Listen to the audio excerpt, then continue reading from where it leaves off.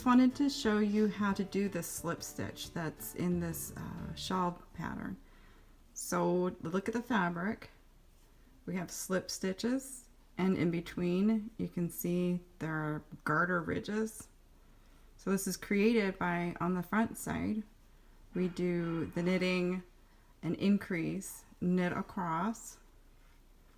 Then on the back side, this is where we do the slipping and knitting. But at the beginning of it, we have a decrease. And depending on where we're at in our work, you'll either be doing a knit two together or a purl two through the back loop. And I'm going to show you, well, why I chose to do the purl two together through the back loop, but also how to read your knitting so that you know, even if you've lost track of where you're at in the pattern, you know which decrease to do. So first of all, if you look at this front side,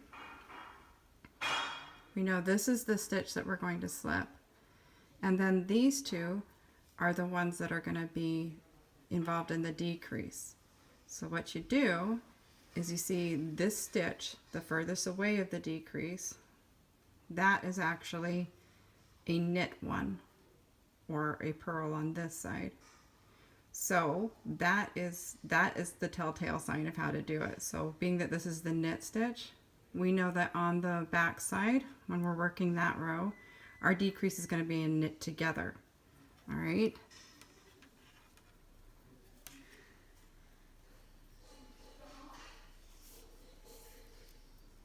So we knit the first stitch, then we knit two together,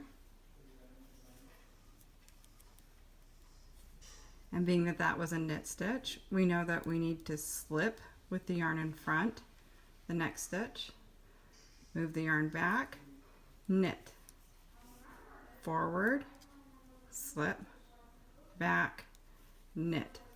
And you just do that all the way across. Knit, slip, knit, slip, knit. Sorry, I know this is not fun watching me do this work.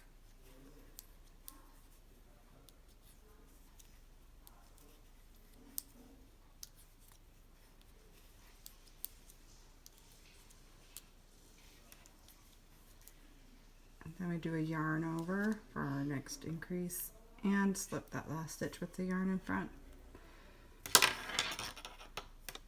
Here we are, the front.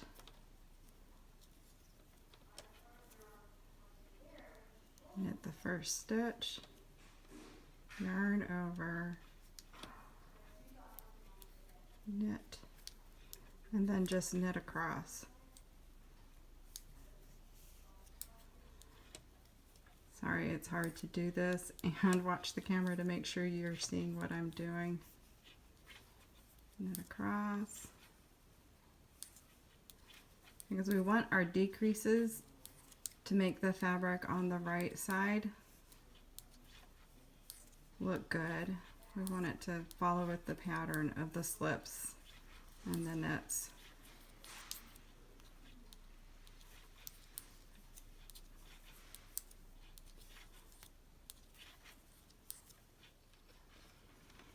Alright, so we've knitted across and we're ready to show the other decrease. The way we tell how we're ready to do this one is you see that the second stitch here that is involved in the decrease is in the slip stitch columns. Okay, now I'm going to show you the reason I don't use a purl two together instead. What it does to the fabric. It's a twisted stitch there.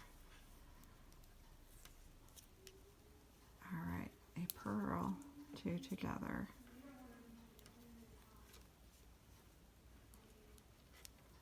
Let's slip these back over so I can show you the work.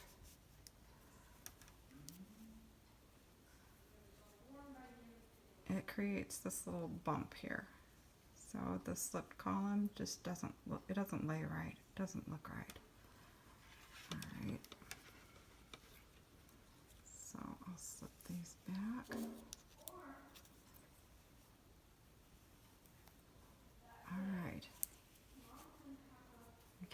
attention better. So we slip it knitwise, slip it knitwise, put them back onto the left needle, come through the back, furl it through the back loop, and then we'll knit, slip, knit, slip. I won't make you watch all of that.